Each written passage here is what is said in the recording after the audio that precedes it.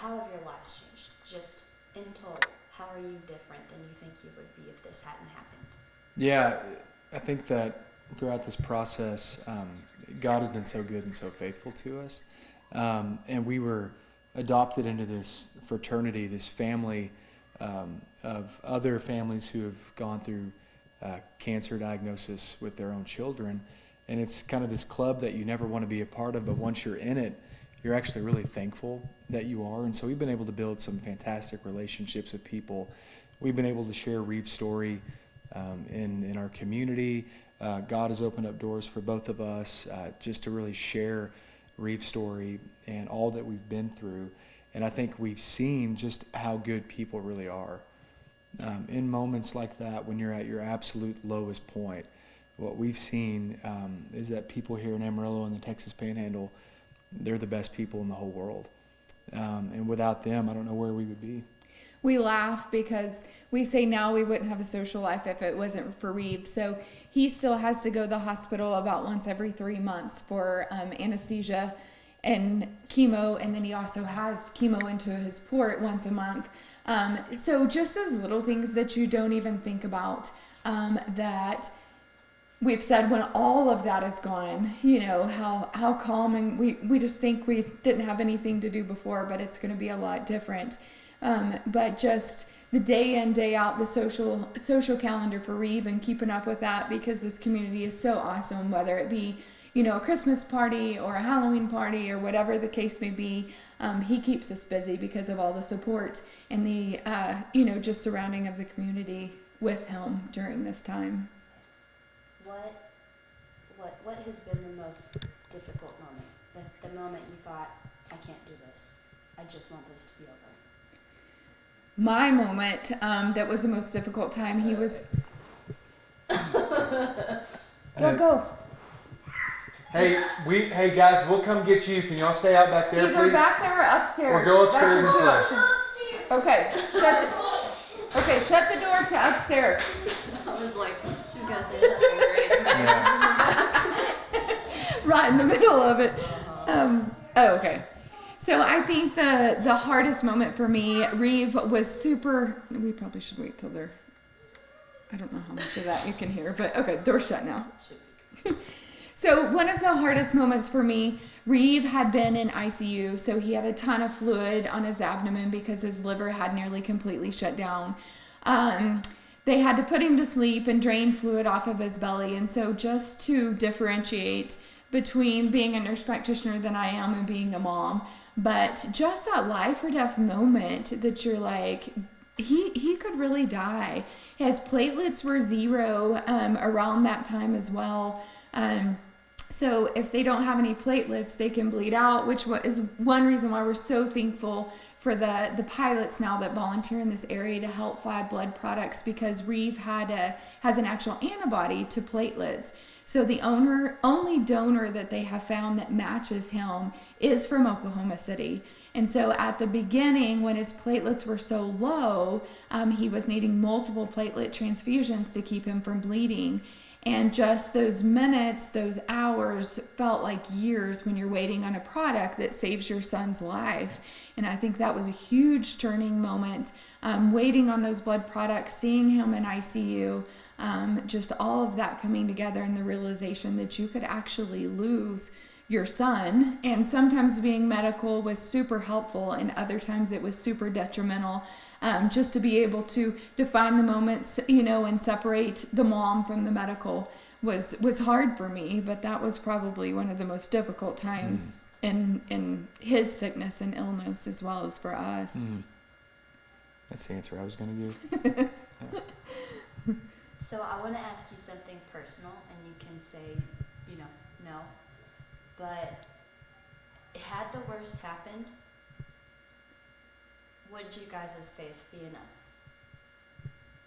Yeah, I think so, because in the way that I feel about it, I can't base my faith on the good and the bad things that happen to me.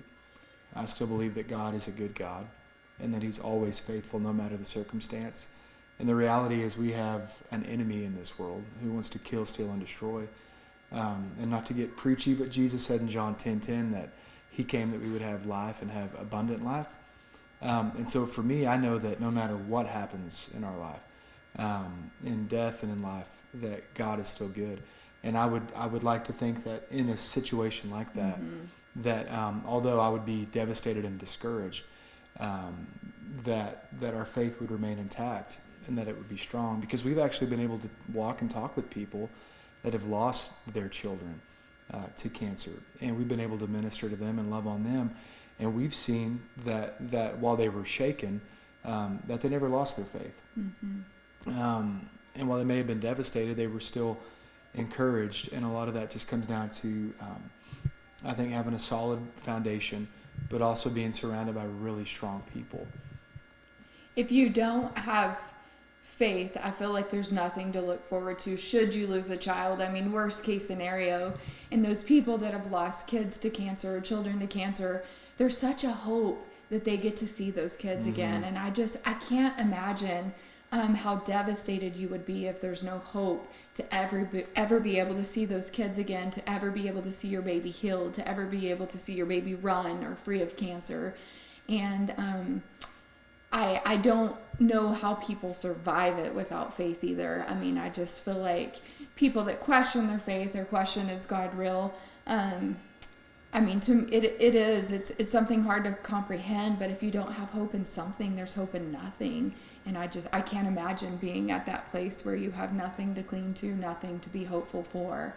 And I know people in the Panhandle area that have lost kids to cancer look forward to every day seeing their child again in heaven one day, which if you didn't have that, there could be a reason not to go on at that point, I think. So Reeve's been through the worst. He's pretty much come out on the other side. I know he has to be in remission for like a long time to be healed, but knowing he's going to be okay, when you look over and see him laughing and playing, what does that feel like? A lot of parents don't get that. Yeah, I think whenever we see him laughing and playing and running and jumping, he got to play baseball in the fall, and we signed him up again to play this spring, and I'm going to be the coach of his team, so I'm pretty excited about that. But man, it brings me so much joy to see him just living his best life and living life to the fullest, and it really encourages me every single day to live that way, because so many times we can get caught up in things that'll drag us down and things that don't really matter, and to realize that somebody like him, whose life has been on the brink, who has and he's always been this way, he's had such a pure and honest appreciation for life.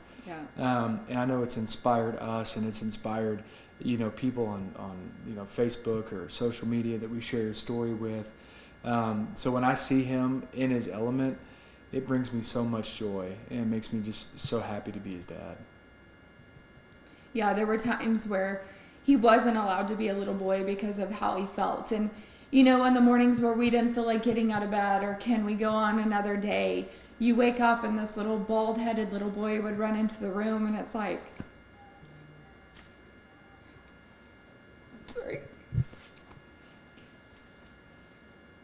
If he can get up and go on and continue to with life, like, why can't we? He was our encourager on days that we didn't feel like we could get up and go on, but those little brown eyes looked at you, and he was ready to go for the day. So, but to see him be able to do things that little boys do, that normal boys do, to run, to play ball, to jump, to holler, it's pure joy is the only way to describe it, for sure.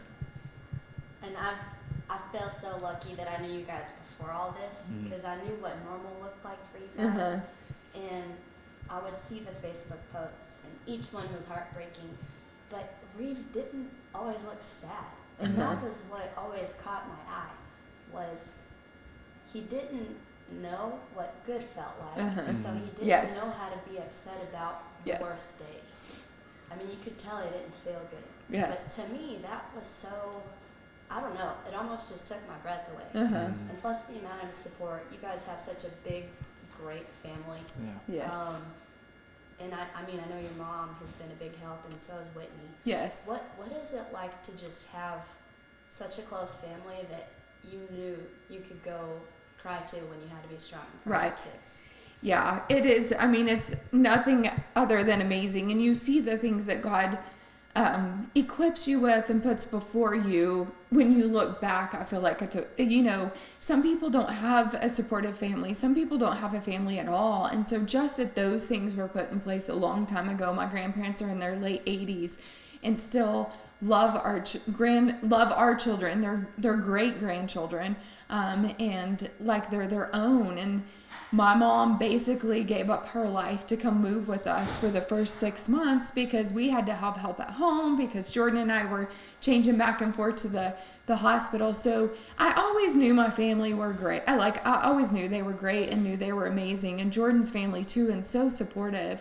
But you see their true colors in a moment when push comes to shove and you're in the worst of your life. Everybody's true colors shine out, and it was nothing but impressive with my family. Reeve, you want to come in? You want to be on You want to sit up here with us? Okay, come on. Got your You airplane? want to sit between me and Mama? You gotta sit still, okay? Reeve, do you want to answer some questions? You want to talk just a little bit? Can you tell her maybe what your favorite sport is? Baseball. I When- heard you're pretty good too. Are you good at baseball? When do you get to start playing again?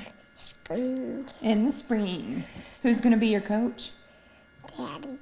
Do you like to play baseball like your dad? I remember seeing pictures of you being really, really sick. It makes me really happy to see you bouncing off the walls.